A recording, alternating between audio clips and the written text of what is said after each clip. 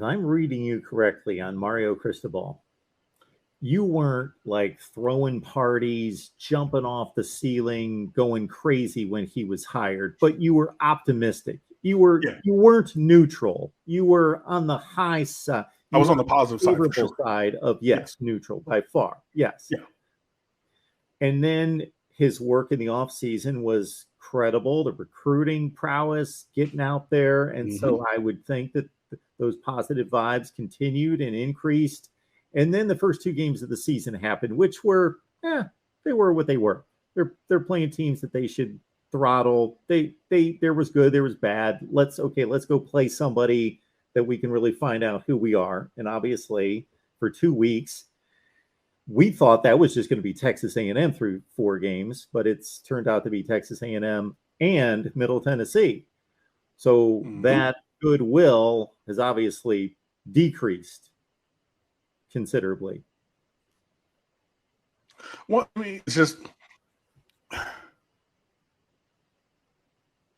again, and like I said in last week's show, we didn't pay you all this money to come in and give us a result that we could have had and have had from Manny Diaz and Al Golden and an end of career Mark Richt, right? Who was just coasting. Randy Shannon, that was not what you were brought here to do. And getting that and then being contentious when asked about it.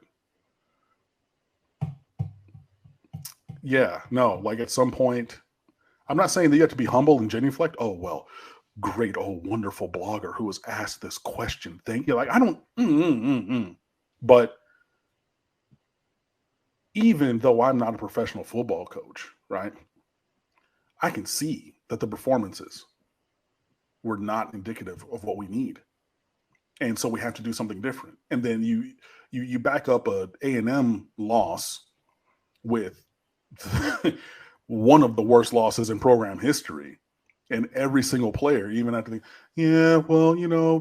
we were just, we figured we got a U on our chest, and we wear orange and green, and we were going to win, and blah blah blah blah blah blah blah blah. One of the things that I will give Manny Diaz credit for is his teams never quit.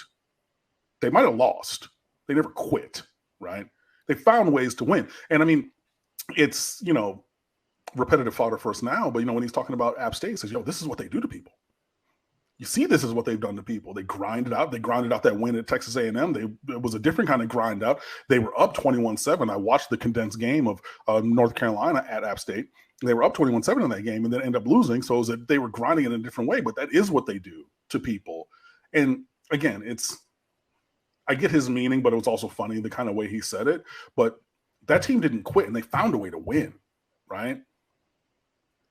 I don't know that I see that, and yeah, it is a little bit concerning if we're still getting that.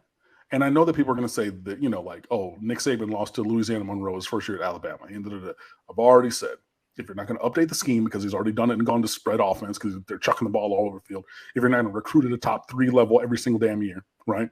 And, you're not going to have all of these things put together, then don't talk to me about losing that game as being the impetus moving forward. So you lose those games, especially the Middle Tennessee State game.